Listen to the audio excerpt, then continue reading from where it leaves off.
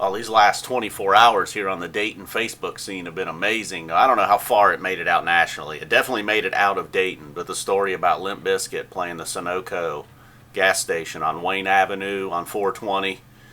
Last night when I first saw that on Facebook, I believe it had been up for 2 hours and it had 30 likes. And for about maybe 2 seconds, I was like, Limp Bizkit to play Sunoco on Wayne Avenue. And then it was like, wait a minute, what? And then I looked closely, and then you start to notice right away. The actual tweet, while at a glance it appeared it was from Limp Bizkit's website, official Twitter, you could see the kind of white on white to where it was doctored. And then, so that was the first red flag. It's like, that looks a little weird, obviously. Well, maybe not obviously, but at a close look, it looked weird. And then you see the event was started by Brian. It wasn't started by Fred Durst or Limp Bizkit's management or anybody like that. Then I actually went to Limp Bizkit's official Twitter because I was like, hold on a second. Now, I know maybe they're not on top like they were. They're in the late 90s or whatever, but come on, really? So I went to their official Twitter and there was no signs. Although, that was their official Twitter. It looked just like the tweet, but they haven't really, there hasn't been a whole lot of activity on that Twitter for a year or so. A few random tweets here and there. And then another thought, I guess, quickly, I was like, they're not really a weed band. Limp Bizkit playing 420, I don't know if they were haters, but I feel like maybe they even were weed haters. I'm not sure. But I know they weren't big weed guys. I never associated weed with their music. I listened to them for a while. I got into that kick probably, a nice little 6-month tear there when they were just on top of the world.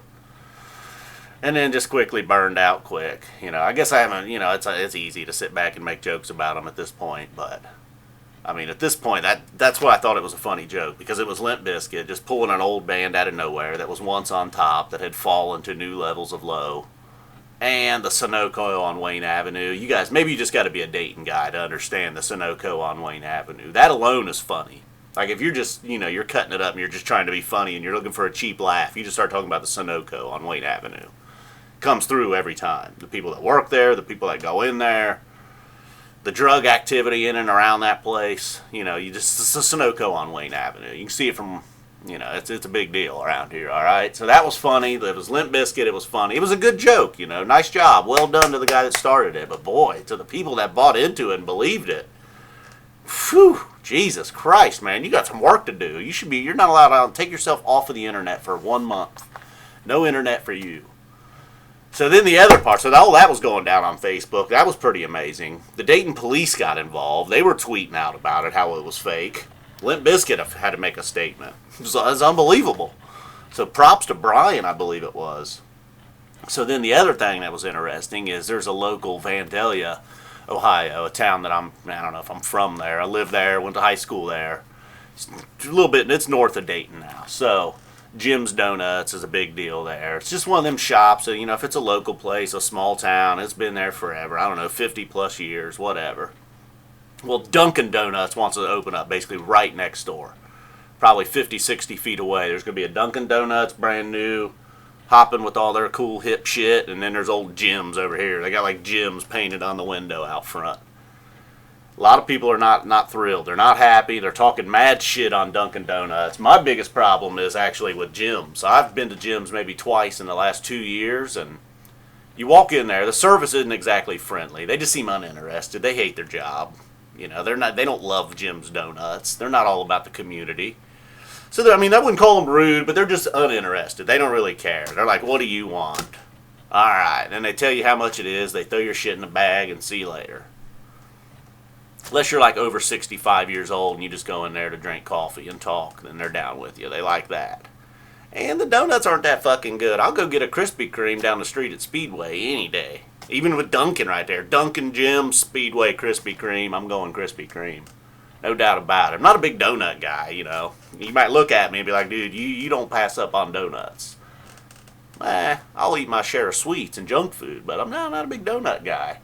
If you eat more than one donut, they keep getting worse and worse and worse. Like that first bite of the donut's amazing. You take a drink of milk. You can probably get through one donut. I like the basic donut with some chocolate icing on top. I don't get into them Polish donuts. I should. They seem cool. Polish people seem to love them, but I had one once. I was like, I don't know, Grandma. I'm not a big donut guy. Kind of like Reba. Not a big Reba guy. I understand why people like Reba. I understand why people like donuts. It's not my thing. So that's the other problem with gyms. You know, they're just not that great of fucking donuts. I think it's just a nostalgia thing. They're like, well, that's Jim's. They're a local place. They've been there forever, man. That's Jim's. I went there when I was a kid, when I was a teenager, when you could smoke inside of places. I used to go in there and smoke. Donuts were fucking great then. Hey, let me get one of them camel glazed. Fucking people just go in there and chain smoke cigarettes and drink coffee. Meanwhile, there's donuts right there. They're fucking horrible. So they got a little better after the smoking, when the smoking ban went into effect. And I guess that pretty much wraps it up, man. It was an exciting 24 hours on Facebook. I'm going back to the dentist in the morning, man. I bailed on work early. I get a little anxiety. I know. It's just the dentist. Every time I go, I'm fine. Nothing happens. But, you know, the dentist just isn't cool. It's the noise. It's like the drilling. You hear it internally. You know, noises out here are squeaky and weird. You're like, ugh. But when they're coming from inside your mouth, ooh, direct pipeline to the brain, OF Zappa 20 does not like that sound. I don't even think I'm going to hear that sound tomorrow, so I definitely know why I'm freaking out. Might have to get a shot in the roof of the mouth, though. Again, I don't really care about shots, but I would probably choose like 500 other places on my body before I would get to the roof of the mouth. But I gotta give you a shot right there in the roof of the mouth. That'll feel cool. I have a little baby aura gel on there. Alright, man. I'm noticing the greasy physique here. Oh, it's the glare, dude. It's the glare. And I got a little... Hey, what do you think about the Inherit Disease shirt? Boom! Alright, guys, I've rambled on enough about Facebook and donuts and fake Limp Bizkit concerts. But well done to Brian and Dunkin' Donuts, man. I don't care if you open up in Vandalia. Jim's Donuts, step your game up. You don't like Dunkin' Donuts? Fuck you. Step your game up, son.